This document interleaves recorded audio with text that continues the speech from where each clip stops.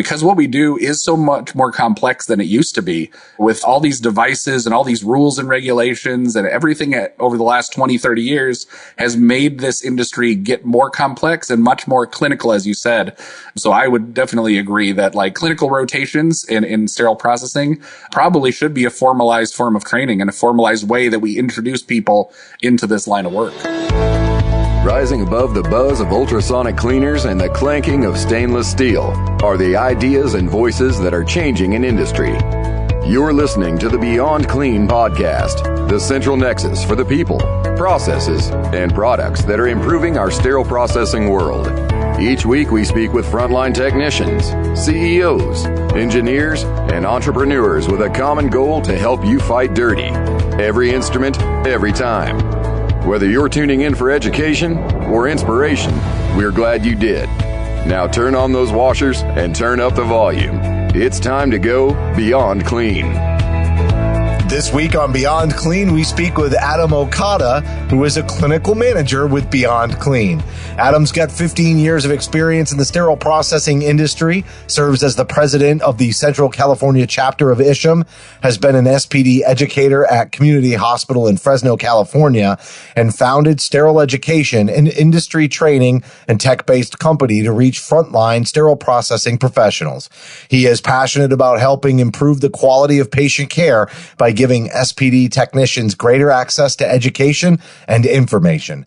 Adam has also published articles for ISHM's Process magazine and is a voting member of AMI, and a welcome addition to this Beyond Clean team, Hank. He's just such a great educator, and it comes out in all the content that he produces for Beyond Clean and everything that he's done at Sterile Education, which is probably, I'd say, our first industry partner. Is it not? They were the first ones that we kind of joined forces with in the early days, and Adam was posting Beyond Clean episodes on the Sterile Education app. So just great to see how much has happened in just almost 4 years now. That's right, Justin. I would add the adjective to Adam, a disruptor, because he is the kind of guy that looks at the industry and sees opportunity in that Sterile Ed app. That's a big first. It's a number of years old now, but he looked out there and said, hey, there's not a mobile app for sterile processing users, and he put one together. And you're right, early on in the podcast, he was one of the first folks out there who saw the podcast and said, hey, let me leverage its great educational content in my mobile application. And ever since then, obviously, like, we've been close. We've had him on the show to talk about the app. And then obviously, because he's a disruptor and an innovator and an educator, we finally came to terms and said, Adam, why don't you come work with us? Let's do this together. So yeah, it's exciting to talk to him on this episode tonight about the topic of education, because it's so close to everything that he's done in the industry, everything that he wants to continue to do, and then obviously everything that we're about here at Beyond Clean. So I think it's going to be a great conversation. Yeah, great alignment with the mission here. We'll be right back after a short break with Adam Okada, clinical manager, Beyond Clean. You're listening to Beyond Clean, the global voice of sterile processing. Joining us now is Adam Okada, clinical manager here at Beyond Clean, and we are wrapping up this season with another excellent guest and a repeat guest, Adam, not your first time on the show. And when it comes to content on Beyond Clean, certainly not your first foray there either. You're doing some great work here. So wanted to welcome you back to the show, but your first one as a team member at Beyond Clean. So thanks for coming on. Oh yeah. Excited to be here. Excited to be back with you guys. It feels like old times. I think it was 2016, 17 last time we were here. Yeah, and it's funny because just the other night I was listening to something that you had done. I can't remember, which video it might have been, but I said, Adam's got a pretty good voice. Pretty soon he's going to end up supplanting me on the podcast. So you definitely have a great voice for creating audio content. So this is going to be an easy listening podcast today. And, what about me, guys? I mean, mean, you're easy looking. How's that? Okay, easy on the eyes, not on the ears. Yeah. Yep. Okay, I'll take that. Yeah, I got the voice made for radio, so this is perfect. Yeah. Yeah. All right, Hank. I think we're going to dive into students. So, Adam, this is like a really broad topic. Just about everybody's going to relate to this one. And so, I love it when we have these episodes that pretty much, I'd say even outside of the industry, we're going to be talking about some things that really has global application today and whether or not students have a place in sterile processing departments. And I'll be able to chime in a little bit here too. But part of the reason you have such familiarity with students is because you teach, correct? Oh, yeah. Yeah, I teach through Sterile Education, which is my mobile app, and we just started teaching classes last August. So it's and I had taught classes before that, but this is my first time like having a business that was the specific aim for it was to teach students the CRCST certification for mission. Yeah, I remember that first interview and we were highlighting your app and your value proposition was just so closely aligned with our mission here at Beyond Clean too, to just provide accessible education and really help bring the industry forward and more and more. And so why don't we talk about the training programs in schools? Why are those a thing? And what do you think has been driving the market, especially recently in that area? I think what drives the market is that last time I looked at ISHM, there's about a 60-40 split in people that can pass and about 40% that fail the exam on their first try. My guess is that for the 40% that are failing that exam, I think it's probably the ones that are trying to do the self-study. The book is just very dry. It's a lot of information. It's a lot of data. It's a lot of definitions. It's just a hard read, especially for somebody who's, say, coming out of college or coming out of high school. And it's just not the kind of book that you just sit down and can read very quickly and easily and retain that information. So I think that's where the need for the training programs comes from. Well, if I may give my own opinion, Adam, there is one document out there that's even drier than the certification book, and that is the AAMI standards or the AAMI recommendations out there. That is a book that if you ever can't get to sleep at night, pick it up and you'll be out in a couple of sections. But that percentage that you bring up, I just want to circle back around to that because I don't think folks realize how high that failure rate is. And you referenced, that it may have something to do with how folks study, which I totally agree. And we'll kind of go into that maybe a little later here. But either way, I think there is this understanding from a large sector to folks that have done the job for a while that I know the job. I'll just, kind of breeze through the book, take some quizzes, and then I'll be ready to blow this exam out of the water. But to your point about those stats, that's just not the reality. The numbers don't really bear that out. Right. And I mean, there's weird things like the number of surgical site infections is a common test question, and that's increased since 2014 when that test was written. So on the test, you have to know it's about 700 to 720, 740,000, but now it's over 1 million. So if you were to go take that exam today, you may be looking at the wrong statistics.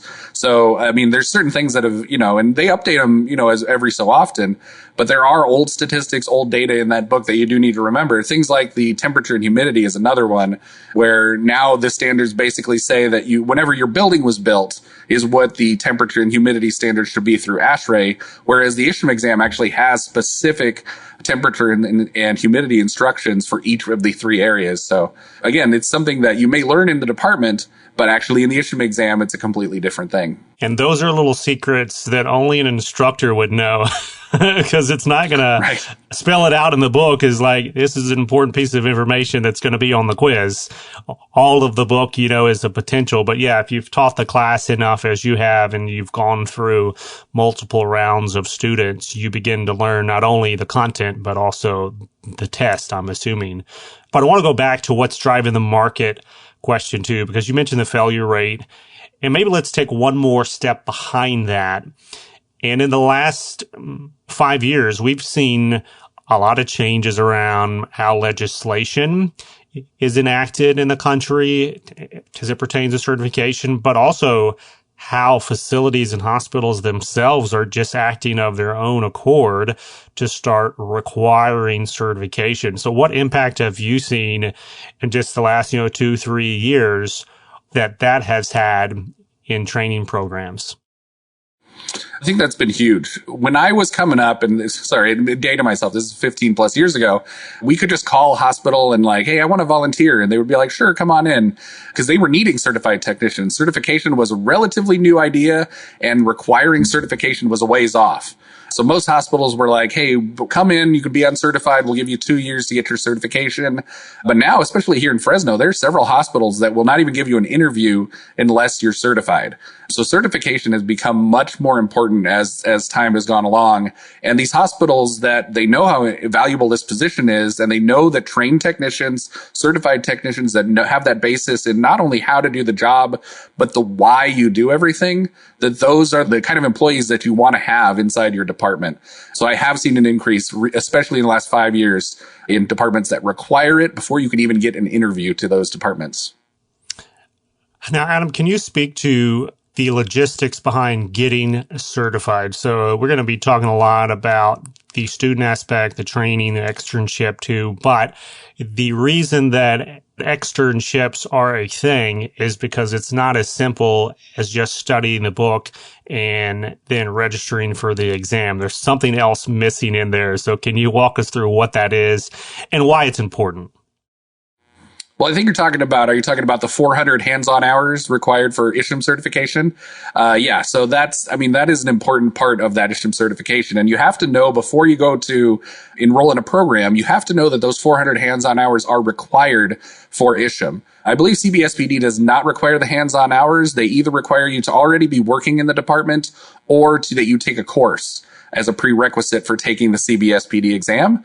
But as far as getting your full certification, CBSPD, if you do pass that exam and you have taken a course, you're fully certified with CBSPD. ISHM is different. ISHM requires that you have that 400 hands-on hours. If you don't have the hands-on hours, then you get provisionally certified, but you only have 6 months then that ticking clock starts. You have 6 months to get your full certification. And for a lot of students, they've been burned by programs that will teach you the course and you pass the exam and then you realize, oh, I don't have my full certification because I can't get into these hospitals without being certified. So it's that in-between step of those hands-on hours that can be tricky for some students. And it's important for them to know that before they register for a program and put down their hard-earned money, because some of these programs are quite expensive.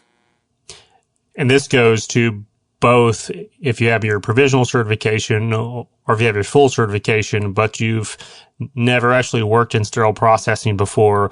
All the posts that we see all over social media to folks saying, I'm certified or I just graduated my course and I can't get a job. I cannot get my feet in the door. And it's all over the place every single day. Like you see folks complaining about that and lamenting about that. So let's talk about the place that externships and internships have in solving that problem, not only for schools, of course, but just for folks, who may challenge the test themselves, want to get into the industry, but then they have this credential, already, but then they don't have any way in to even get started. So how does externship address that?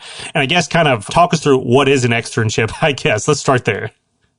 An externship is essentially placement at a facility to get those hands-on hours inside of a working department. So what I try to do in my program, and I think a lot of other educational programs that teach certification classes try to do, is we try to give you as much hands-on experience as we possibly can, as far as when in-person classes were a thing, and they're currently not yet, but when they were a thing, we would try to, show people how to wrap items. We would show the instruments themselves and how you inspect them.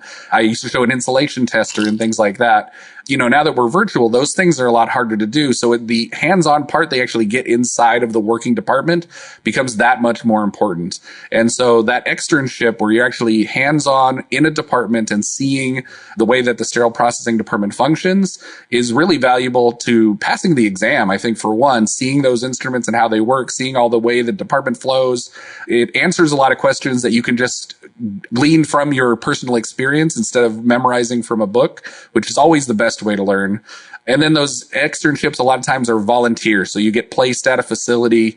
You're working for free to get those 400 hours. And then a lot of times there's a lot that goes into those externships too. I mean, if you have a city college or a university that's teaching the course, that's a little bit easier because they probably have nursing programs or some other type of program where they have a contract with that facility. But if you have an independent school, then the independent schools have to kind of create those contracts and go into the hospitals individually and get those things done. It's definitely not as easy as it used to be when I was starting. And I made a phone call and said, "Can I volunteer?" And they were like, "Sure, come in Monday." And that was basically how I got started. It's so funny you say that, though, because I still feel like there's a shortage in our industry, and regardless of experience, even just training. And yet placement is so much more difficult, which really does emphasize the need for this internship and externship. And, when I was in nursing school, they used to tell us about how there was this big boom in a need for nurses, even before there were really a lot of formal college programs back in the 70s. That hospital-based training program was so critical because then when they went into the sort of externship part of it, they had actual clinical hands-on experience. And I feel like what you're describing is sort of the next stage in that development to take sterile processing into a more formalized training, placement, and educational sort of based career, right? It's not just, like you said, it was easy. They needed somebody to come in and kind of do this job, but now it's much more formalized. And I'd almost call it a clinical position. I'm not sure that everybody would consider it a clinical position, but it has such an impact. Even though you're not right there working with the patient, it has such an impact on the patient. In my mind, it's clinical. There's a lot of clinical understanding that you really need to have that level of awareness about how the instruments are used. That's clinical study. Do you think that these programs need to continue to evolve kind of that same way to formalize sort of the requirements and training in our industry? Yes, absolutely. I mean, that's the way the direction that we're heading is essentially the way nursing did, where they said, look, if you're going to be a nurse, we really need you to be hands-on inside of a department and learn how to do this job before we release you to the wild and you're on your own doing this at a facility. You have to get that clinical knowledge of how that job works. And that's why I like that ISHRM does require those 400 hands-on hours for full certification. I do wish it was a little easier for them to get in. But of course, I mean, that's the direction of basically gaining importance and gaining credibility for our industry, because what we do is so much more complex than it used to be with all these devices and all these rules and regulations, and everything over the last 20, 30 years has made this industry get more complex and much more clinical, as you said.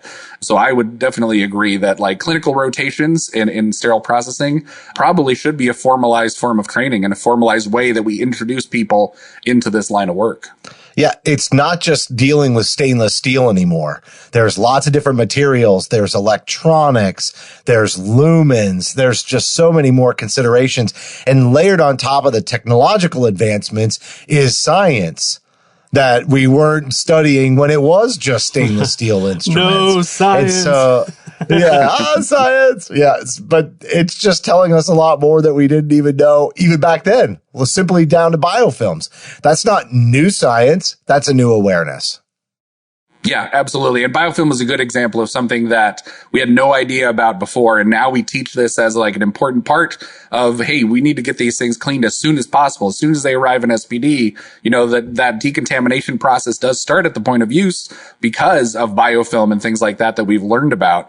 And I think the other thing is, regulations like AMI and regulations that AORN has set forth, all these things tie into a training program and people learning on the job. There's so many different things that you have to keep track of. I don't understand how anybody off the street could walk into SPD and just start learning on the job. There's so much that base of knowledge is so broad now that it's really difficult to just kind of go in off the street and learn that position. So I do think certification, these programs that kind of teach you the basics of why we do, then we introduce you into a program and you can get that hands-on, and then you start working in the department on your own after you've done those steps to get in. I think an interesting theme that has come up, even to what you said, Justin, but this is, I've kind of been thinking this as Adam was speaking, just now, that these training schools and these courses are not merely teaching to the test. That is kind of a bad phrase, for like K through 12. Like, we don't want our teachers to just teach to the test. The goal obviously is to graduate students who are competent to sit for and pass the exam.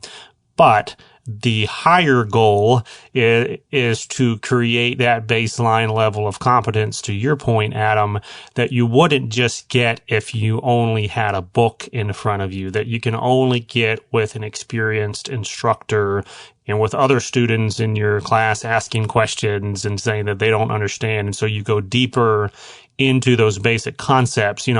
That is something that I think is easy to miss. Again, if you're just looking at this, from the outside saying, okay, like, we need to be certified, let's take a test, or let's take a course and get certified.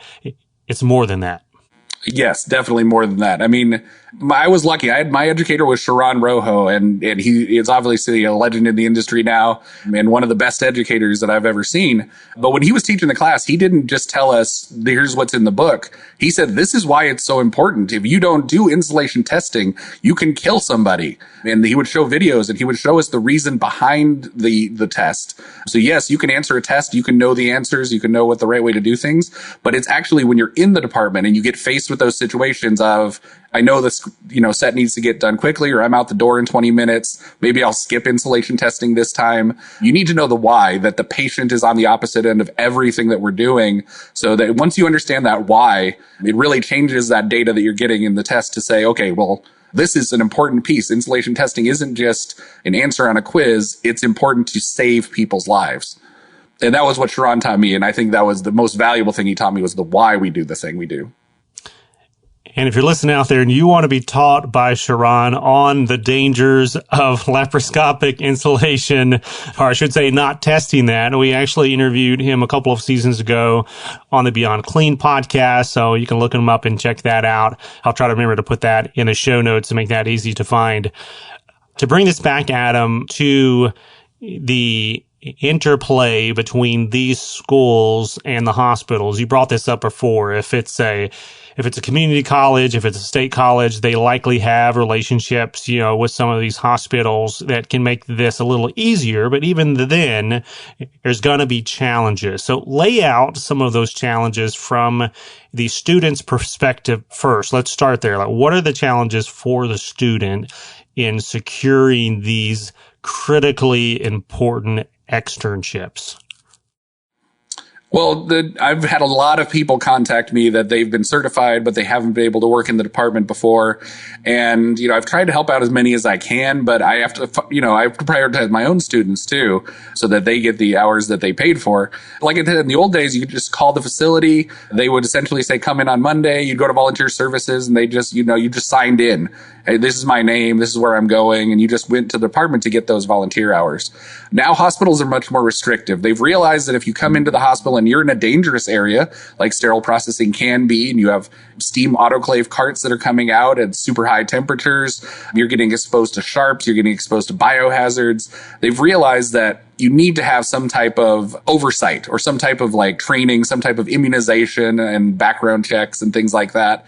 You can't just call and come into the department anymore. If you can, let me know where, because I haven't seen it anyplace lately.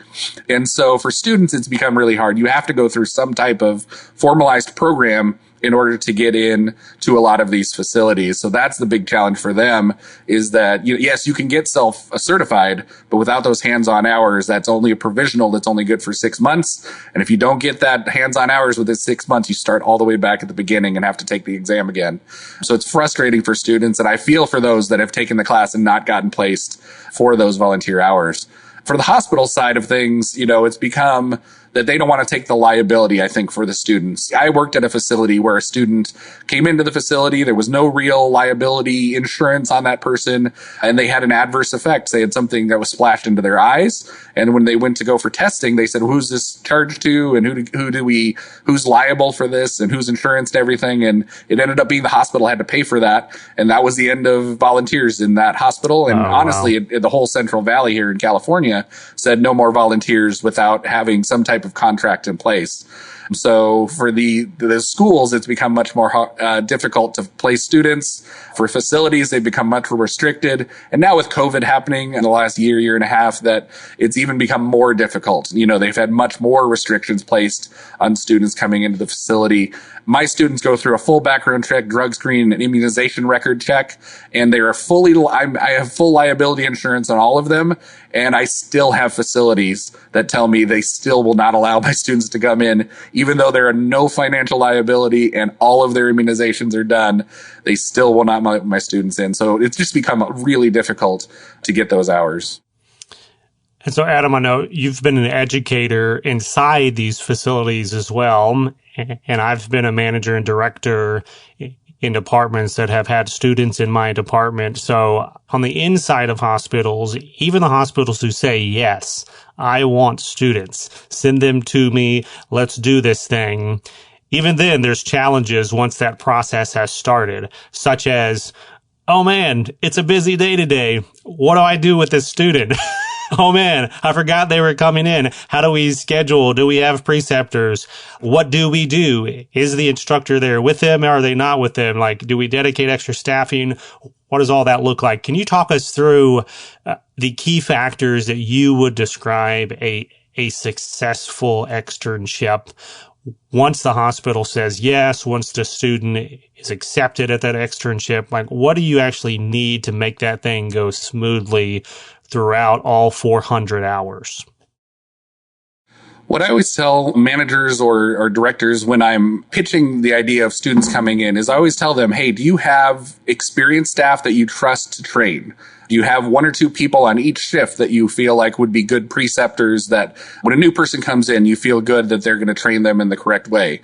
Because it's partially on me. I don't want to just send them to any facility and not have them being competent or not have them being trained by certified technicians where they possibly are not getting the best information. So it's kind of an interview process that I give to managers to say, hey, do you have people that you can do this or that can do that job? And once they say yes, if they say, yes, I do have people that I would trust to train these new people or the new volunteers, then it's a little bit easier for me because then I can say, okay, well, if you have one person on days and one person on PMs that you feel very confident about, then let's place 2 students at your facility and see how they do.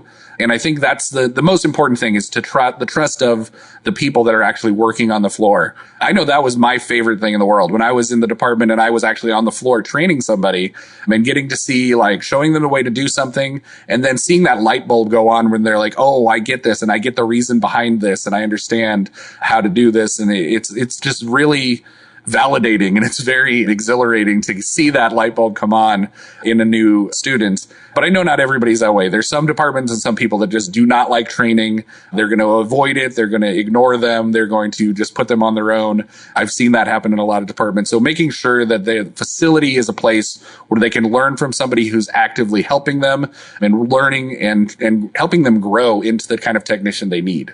All right, Adam. So I'm going to put my sales hat on and come at this from a sales perspective, which is to get a deal done, everybody's got to have skin in the game. They all have to get something out of it. And so when we talk about setting up a program like this, what are some keys to making sure that it's successful? Because as a student, we all know why you would want to do that. But how do we set it up so that the hospital wants to do it, the department wants to do it, because that's not necessarily synonymous, right? Human resources sees the benefit in doing it. How do we align this for successful ongoing implementation so that we don't wind up with that scenario you just described with the injury that happened on site and then all of a sudden everybody's like, no more volunteers.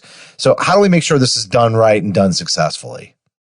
It's what I call the student pipeline. It's basically that if a hospital allows volunteers, then you basically have 1 or 2 volunteers kind of at all times. If you have some type of an agreement with a certification program or a school that you can set up, then the student pipeline, you get these volunteers in and they do their 400 hours. If they're a great fit, if they're an awesome employee, an open position opens up for them. You've got somebody that's trained in your way of doing things. They're likely certified because they've just gotten their 400 hours and taken a certification class.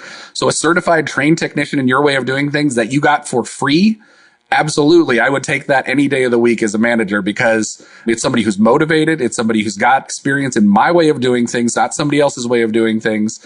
And that, I think, is the real value in having that student pipeline there. If it's not a good fit, if it's somebody that maybe has some work ethic issues or shows up late, let them get their 400 hours and they'll be on their way. But they've gotten that experience now and they can go to another facility and try again. Somebody that may give them a different perspective or a different shot. But for a manager or director of a department, there's no risk. I mean, there really is zero risk to you, especially if the school takes on that liability, because the students can learn the right way to do things. They can learn your way of doing things. And I see it as a free tryout, a free 400-hour tryout for spots in your department. And open positions, I wished I'd been able to set this up at every facility I'd ever been to, because when a position opened up, I have somebody right there ready to fill in that position. And that's, I think, the real value of a certification, like I said, the student pipeline of bringing those students into the department. What a huge return on investment for the facility.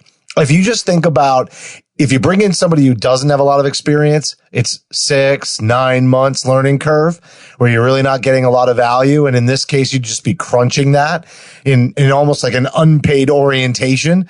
And even for somebody who's experienced, as you said, our department does things a certain way, et cetera. And, maybe that's a 3-month. So that's an enormous return on investment with one additional point, which is you've got to be reducing turnover. If somebody doesn't work out in that first 90-day period, and then you've got to start all over and post that position again, and you're paying overtime, like having that pipeline ready to go, vetting whether or not you can directly hire somebody out of that program, absolutely a huge cost savings for any hospital. So that really gets that alignment where it needs to be for everybody to kind of have a benefit by participating in something like this, especially once you remove the liability. Nice job.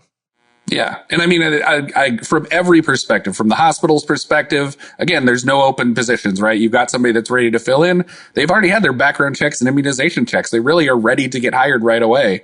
For the department, you have somebody that's trained and ready to learn and your way of doing things and is ready to roll, essentially. And then from the student side, they get their experience. They, their 400 hours regardless. And if it's a good fit, now they've got a job in sterile processing. So all the way around, from everybody's perspective, that student pipeline is really important. And I think a really underutilized tool in sterile processing. So if I was a manager, and I would give that suggestion to managers out there, contact your local schools, get an agreement in place with them, and get those students in for volunteering, because this is how we grow the industry. We get these certified technicians in the right way to do things. We get them trained in how to do things in the real world and hands-on. And you've got highly trained, highly knowledgeable technicians on tap every single time you need them. You caught me with a surprise left hook there. No surprises with the background screening. That's a pretty critical one too. So absolutely. Adam, really nice job on this interview. Really enjoyed it. I do think there's going to be more and more collaboration like this. I think you're just at the very front end of a wave that's coming, a very positive wave over the industry. So thanks again for coming on. Absolutely. Thanks guys for having me.